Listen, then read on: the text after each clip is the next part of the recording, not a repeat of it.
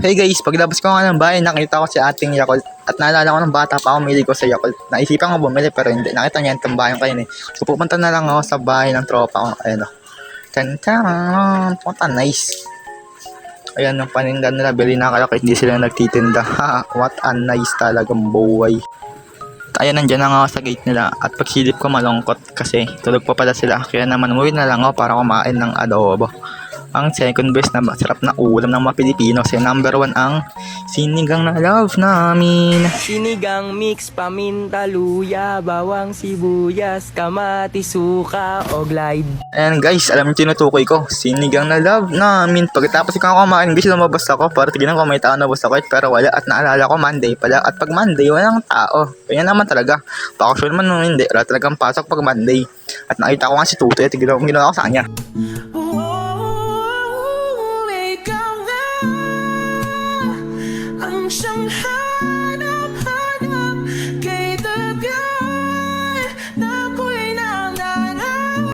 Pagtapos ko nga pagtripan si Tutoy guys, ay sabi niya mama pupunta kami sa school. Kaya naman handa ako ng aking OOTD na sandals at medyas kasi mahaba-habang lakaran ito mga tropa.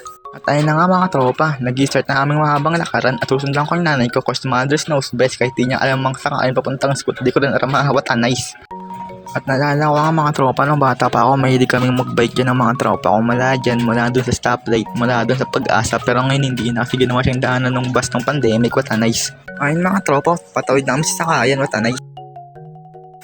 At andito na kami sa sakayan mga tropa at kami ulit si Flash. Pero sa pagkakataon ito punong mga jeep kaya hindi kami magiging si Flash. At ayun, pumapara ng jeep sa mama. At ayun yung Philippine Children's Medical Center, ospital ng mga bata. At ayun, pinapara ng mama yung jeep tapos kaya namin ihinto. Pero hindi siya ihinto kasi naka-green light pa. Grabe, napakabait niya ang driver, sumusunod sa batas. At ayun, nakasakay na kami dyan mga tropa. At di ko na nabidyoan yung pagsakay namin kasi naka-green light pa rin pero mabait siya yung driver what a nice. At ayun na nga mga tropa, mahaba-habang lakad at mahaba-habang biyahe din. Ayun, napadaan nga kami sa Fisher Mall. SM Supermall, gonna be SM, it's gonna be super Fisher Mall. Joke lang, what a nice. Enjoy nyo lang pala yung view mga tropa, treat ko yan sa inyo. What a nice. Guys, ayun guys, pagkatapos ng mahaba-habang biyahe at sumakit ng aking pet, nandito na kami sa Vicente Cruz. At ang kanan dyan namin hindi, tatawid kami sa kabila, doon kami sasakay ng jeep papuntang San Sebastian, papuntang school ko. So tara, ayun, naglalakad na tayo mga tropa. What a nice. At nagsisimula na ang ating mahaba-habang lakaran mga tropa.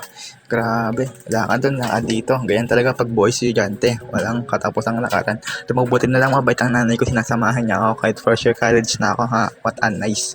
At ayun, magtatanong nga si mama dyan kung yan ba yung sakay ng jeep. At puti na mabait si manong driver, honestly, the best policy talaga.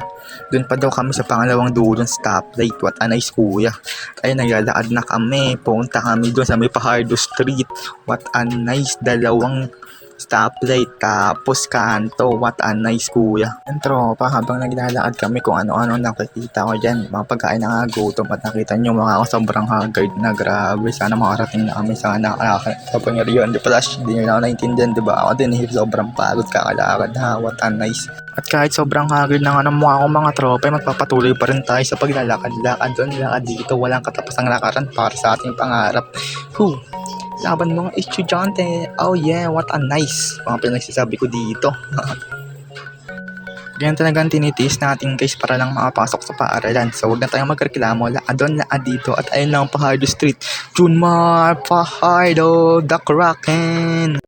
Huwag kang matakot, ako ay nandirito at pag-ibig ang babalot sa atin at hindi ko papabayaan. At tama na guys, baka masyado na kayong mag-enjoy at baka makaparate na ako ha.